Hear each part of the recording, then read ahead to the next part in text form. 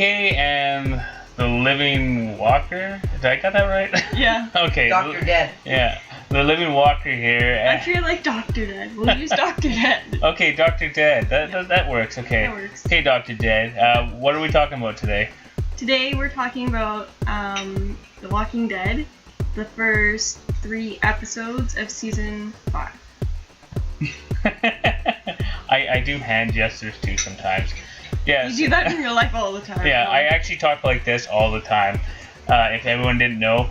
So we're gonna be talking about The Walking Dead and the way they walk upside down. Okay, yeah. Back to a serious note. We're talking about the first 3 episodes of The Walking Dead, and so far, wow. Mind blowing. Mind blowing. I did not expect, I know the show has some gore, but it is almost PG rated in comparison to the comic book. Shit happens a lot more in the comic book. Wow. Way to start it off, guys. How do you feel about the big bucket of blood spilling there at the start, where they're slitting everyone's throats and shit? It's like, holy fuck. Shit just got real within 3 seconds. Yeah, shit got real. It wasn't even like, we hear some stuff going on. No, it's like, okay, there's someone getting butchered, and you're about to get your next chop. At least they were doing it in a humane way, right? Baseball bat and a knife? Well, yeah, that's humane. Well, just think about it. You're unconscious, so, instantaneous unconscious. A little bit of, scaring at the start. It's like, oh, fuck, I'm gonna die. But after you get knocked unconscious, they slit your throat. You're unconscious throughout the whole process of being bled out. You just got knocked over the head with a baseball bat and your throat got slit by a machete, and I'm this guy sitting right here. Yeah, that'd be pretty traumatizing for the guy next to you. They should do that on a one at a time basis, Or maybe blindfold them. Yeah, that works for cattle. They do that. They do that in the slaughter markets. They make it less traumatizing for the animal, so the meat tastes better when the animal isn't super traumatized. Cannibals. Yeah. So there's some tips for the cannibals if they were still alive. Oops, I said too much. No, I'm just kidding. The cannibals are dead. Yeah. I guess we jumped. Well, we couple episodes. We are talking about the third, the full 3 episodes here. So, yeah, we know that they're dead at this point. Yeah. But back to the first episode. Oh yeah, so spoilers. We didn't say that before. Spoilers. Yeah. Anyway. First episode, yeah. Back to the first episode. So yeah. Anyways, pretty awesome. That episode was pretty much Carol breaking them out, and Carol was so badass in this thing. She bloods herself up. She walks in with a horde of zombies and shooting people while she's in the horde. No one has a fucking clue, and Rick and them escape. And there's so many times where they're teasing the fact of Glenn dying. I knew he wasn't gonna die, because I'm just like, yeah. They teased this fact in the trailers, and there was no way that they were gonna kill him where they're teasing about it in the trailers. I do think he could possibly die in this season, but not there. I knew he wasn't gonna die there. Yeah, that would be way too traumatizing for any fan. Yeah, I think so. Having Glenn go down that way would be sad. That would be almost as bad as not all, but most females saying, if Daryl dies, we riot. Because that's just a thing, right?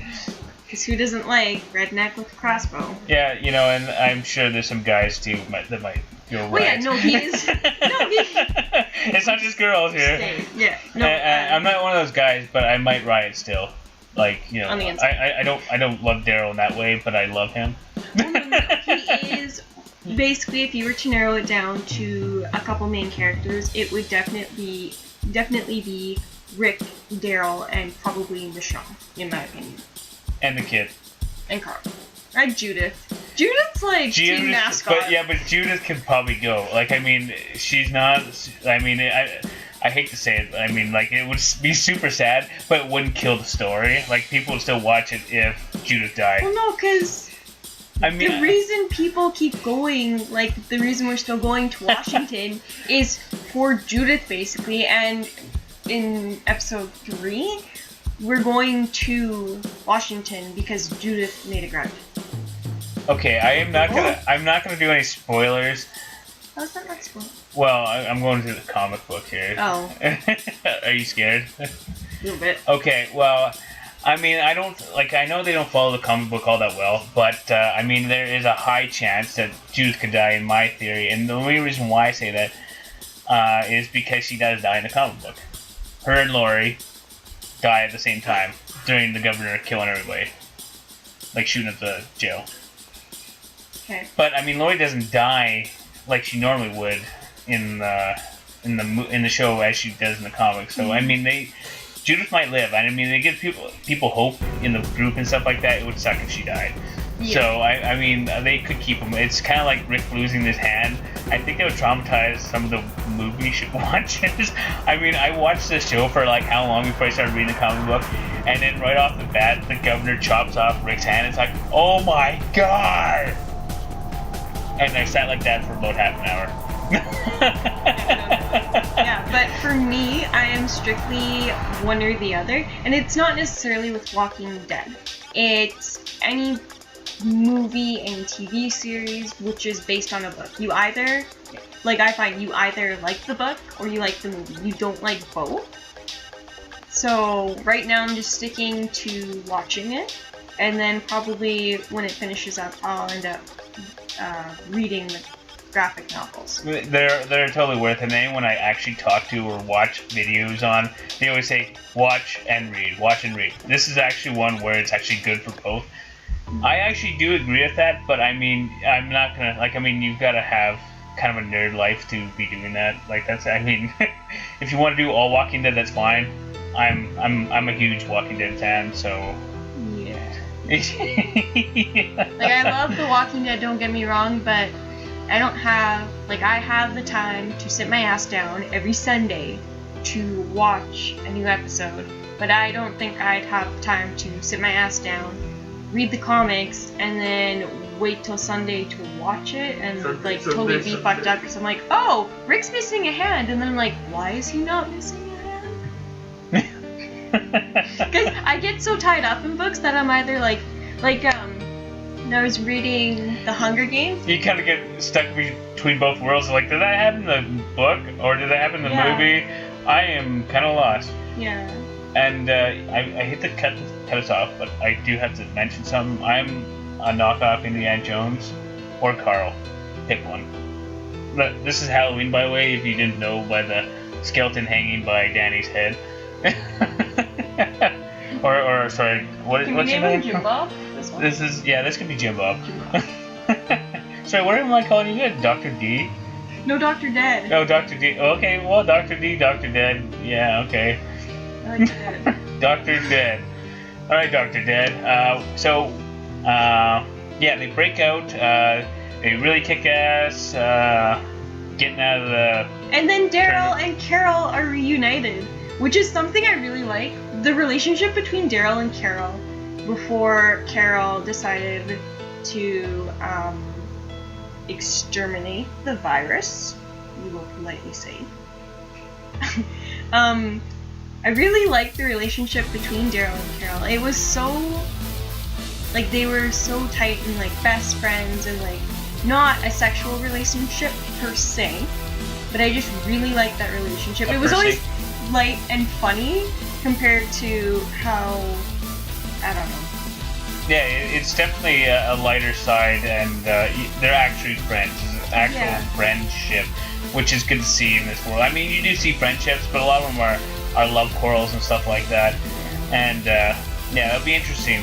Not everybody likes romance and zombies. And especially when now Daryl's next new friend, Beth, comes back into that'll be interesting, right? Yeah. Beth, Carol, and Daryl. Triangle. I don't think actually, this is a circle, right? Yeah, triangle. Triangle. I don't see the relationship between Daryl and Beth being as close as it is with Daryl and Carol, right? No, but I mean, it was a situation that was put upon them, and then they grew. How old is Beth supposed to be?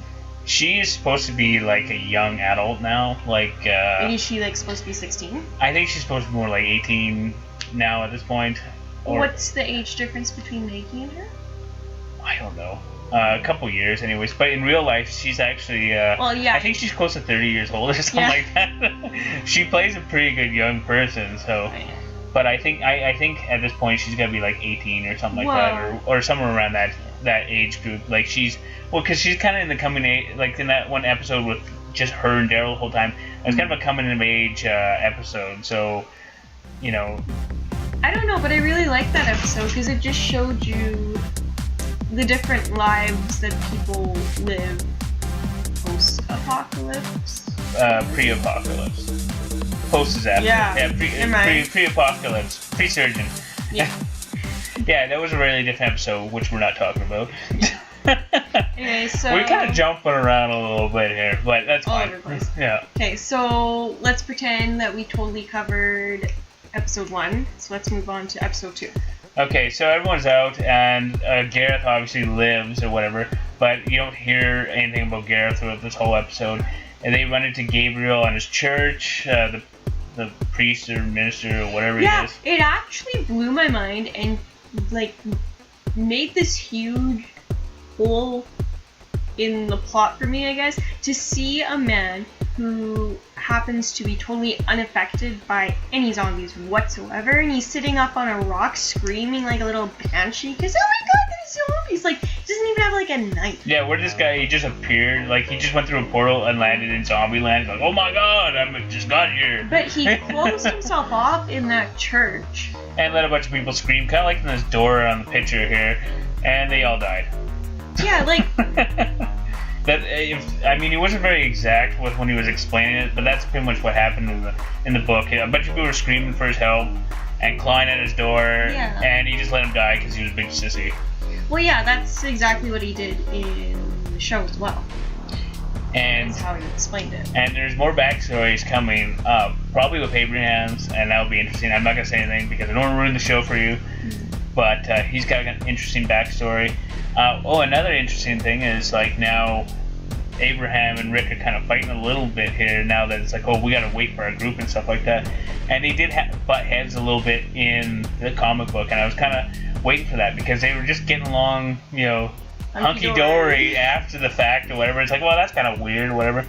But they are two leaders, and they're bound to smack their heads together. And then jumping to episode 3, it's weird to see Glenn. We gotta talk about before we hold on to his we have to talk about Bob.